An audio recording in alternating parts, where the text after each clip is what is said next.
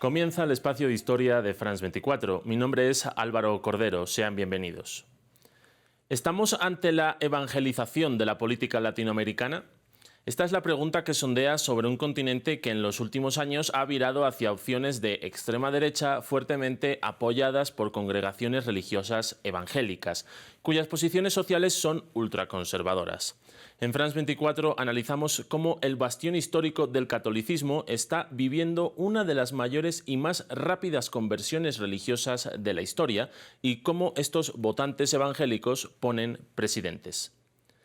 Y es que lo más llamativo del poder evangélico es lo rápido que se ha extendido por el continente. Hace menos de un siglo el evangelismo era anecdótico en un continente plenamente católico. Sin embargo, esto cambió con la llegada de la Guerra Fría y la consolidación de Estados Unidos como superpotencia occidental. La razón principal está en que Washington comenzó a promocionar de forma masiva desde los años 60 y 70 la evangelización de Centroamérica como un esfuerzo de contrarrestar la influencia de algunas congregaciones católicas consideradas como subversivas y comunistas, especialmente la teología de la liberación. Sin embargo, tras el ascenso del Papa Juan Pablo II, quien renegó de la teología de la liberación, y en medio de los profundos cambios sociales que se dieron en América Latina durante las últimas décadas del siglo XX y los inicios del siglo XXI, el evangelismo consiguió hacerse un hueco cada vez mayor en la sociedad. En primer lugar, entre las clases más pobres, debido a la labor social que realizaron algunas iglesias en lugares sin presencia de la ayuda estatal, y después por las políticas de algunas congregaciones con respecto al fomento del neoliberalismo y la promesa del éxito personal en vida si se está cerca de Dios.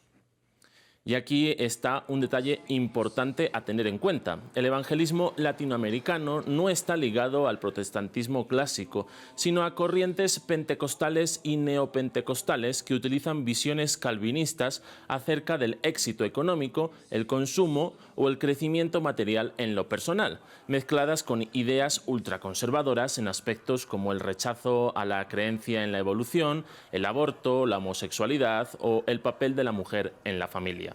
Conceptos que se resumen en neoliberalismo en lo económico y ultraconservadurismo en lo social.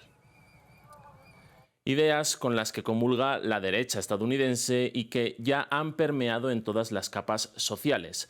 Como vemos en el siguiente mapa, los países centroamericanos, donde primero llegó la corriente evangélica, tienen tasas de creyentes que rondan el 40% de la población. Tras ellos, grandes potencias de la región como Brasil, con el 29% de su población evangélica, Chile con el 19%, Perú con el 18%, Argentina con el 16% y Colombia con el 15%. La excepción la pone México, donde solo el 9% es evangélico, seguramente debido al gran arraigo que tienen festividades y tradiciones católicas en ese país. Porcentajes altos de fieles evangélicos que, por supuesto, tienen un gran valor en las elecciones. Hasta la fecha solo ha habido presidentes evangélicos en Guatemala. Sin embargo, su poder es cada vez mayor en los parlamentos nacionales y también en los programas políticos de numerosos candidatos presidenciales, especialmente los que están más a la derecha y hacia la extrema derecha. El ejemplo más claro de eso es Jair Bolsonaro, un político católico que se convirtió al evangelismo poco antes de su elección en 2018 gracias al bautismo en las aguas del río Jordán por parte del pastor Everaldo, uno de los más conocidos en Brasil. Hemos firmado un compromiso para defender a las familias,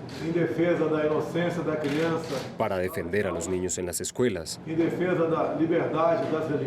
para defender la libertad religiosa. Estamos en contra del aborto, en contra de la legalización de las drogas. Es una promesa que está en el corazón de todos los buenos brasileños.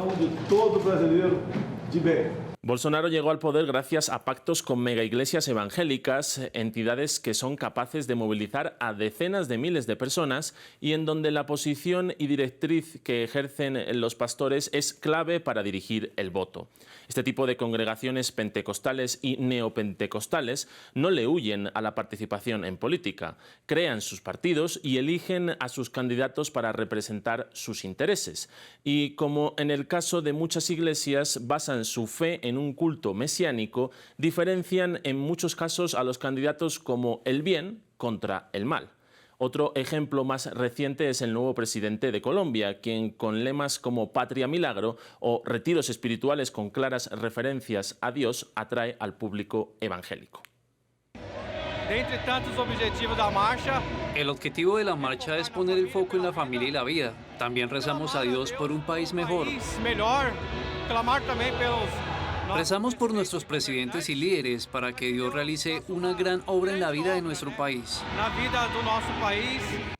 Y aunque algunos líderes de izquierda como López Obrador en México, Lula da Silva en Brasil o Gustavo Petro en Colombia han realizado acercamientos con iglesias evangélicas progresistas, las agendas sociales de estas congregaciones y las de la izquierda clásica suelen chocar.